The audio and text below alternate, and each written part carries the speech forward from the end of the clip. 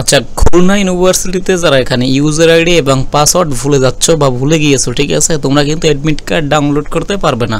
শুধু admit card না, তোমাদের রেজাল্ট সংক্রান্ত অনেক ইনফরমেশন কিন্তু তোমাদের অবশ্যই ইউজার আইডি বা এখানে পাসওয়ার্ডটা প্রয়োজন। যারা ভুলে গেছো তাদের কি করণীয় সেটাই আজকের ভিডিওটিতে বলার ট্রাই করব। শুরুতে তোমরা খুলনা ইউনিভার্সিটির যে ওয়েবসাইট আছে, অ্যাডমিশন ওয়েবসাইট, সেখানে চলে আসবা।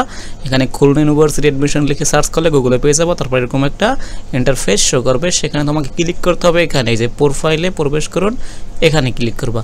এখানে ক্লিক করার পরে দেখো, তোমার যদি মনে থাকে এখানে ওই যে ডাউনলোড করার জন্য অ্যাডমিট কার্ড, এখানে তোমার যে ইউজার নেম বা ইউজার নেম দেওয়া আছে, ইউজার নেম এবং পাসওয়ার্ড এটা দিবে আর কি। দেওয়ার পরে এখানে লগ ইন করলে কিন্তু তোমার যত ইনফরমেশন অ্যাডমিট কার্ড দরকার, যা অ্যাডমিশন সংক্রান্ত যত ইনফরমেশন তুমি এখানে রেজাল্ট সংক্রান্ত সব কিছু এখানে পাবে।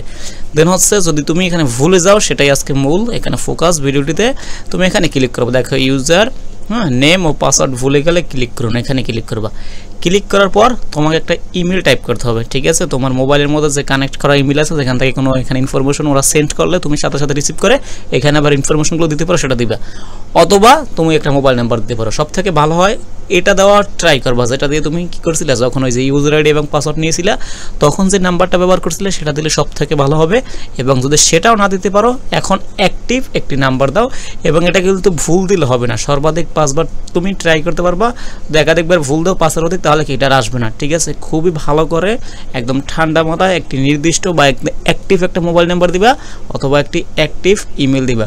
মানে ওরা যদি কোনো ইনফরমেশন তোমাকে দেয়, সাথে সাথে সেগুলো যদি সাবমিট করতে বলে, সেগুলো সাথে সাথে এখানে সাবমিট করবা।